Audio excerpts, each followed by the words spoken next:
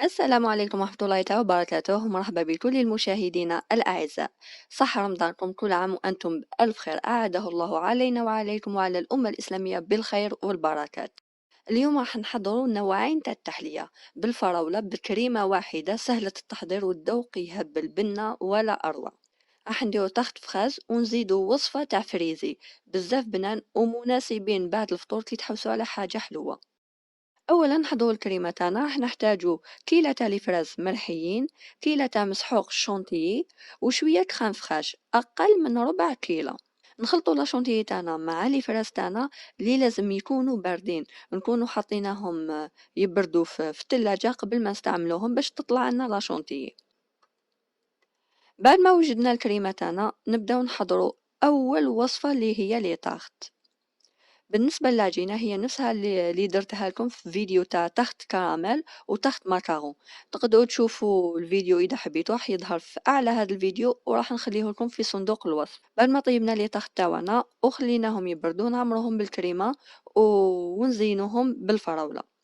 هنا نمسح الفراولة بلا جولي قبل ما نحطها فوق لا كريم تاعنا، باه ما نقيش لا كريم تاعنا بلا جولي. هاي ليك الوصفة كملناها، تمتم سهلة ماهلة. والآن راح نحضروا الفريزي تاعنا. أول حاجة نديروها نوجدوا لاجينواز تاعنا، راح نحتاجو فيها 4 حبات بيض. كل بيضة الوزن تاعها يكون 25 غرام. راح نحتاجو 100 غرام سكر، 100 غرام فرينة، شوية خميرة كيميائية، قيس راس تاع المغرفة ماشي حاجة. ونحتاجو تاع لافاني. نخلطوا البيض تاعنا مع السكر حتى يولي اللون تاع المزيج تاعنا بيض، ويجي شوية يطلع كيما راكم تشوفوا.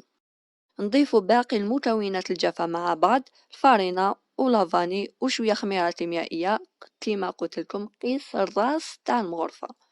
آه نخلطوهم ومن بعد نضيفوهم للمزيج تاعنا ونخلطوا بالعقل حتى تتخلط مليح المكونات مع بعض.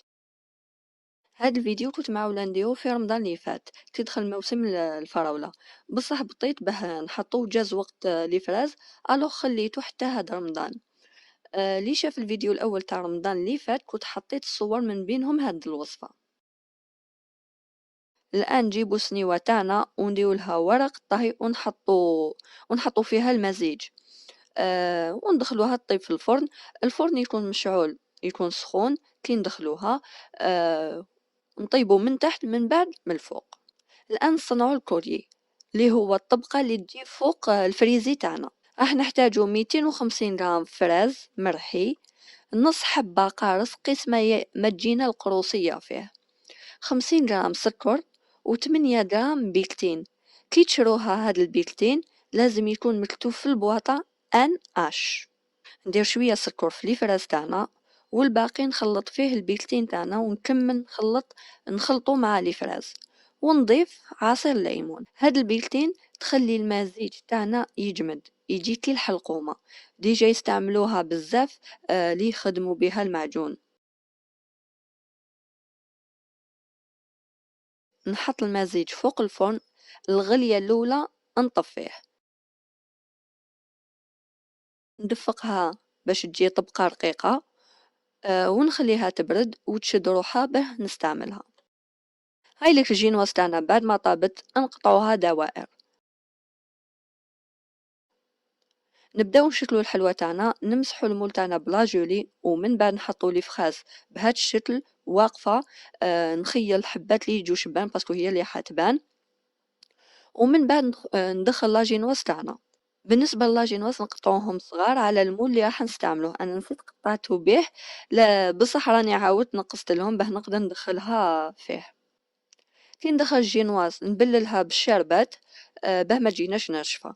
واذا كان عندكم علب تاع الاناناس المصبر هذيك استعملوا الماء تاعو.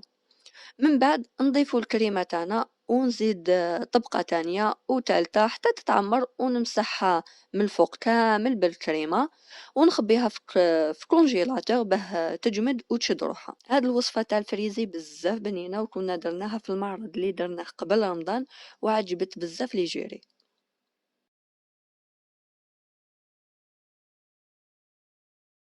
الآن الكولي تاعنا بعد ما جمد نقطعوه دوائر بنفس شكل المول تاعنا ونحطوه فوق الفريزي بهذا الشكل.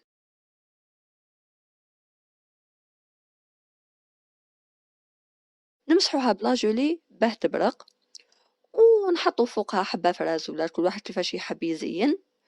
وهكا نكونوا كملنا وصفة الفريزي تاعنا، تاني سهلة بسيطة وبنة ولا أروع. إن شاء الله تكون عجبتكم الوصفة وتجربوها. صحة فطوركم وإلى الملتقى إن شاء الله ودمتم سالمين.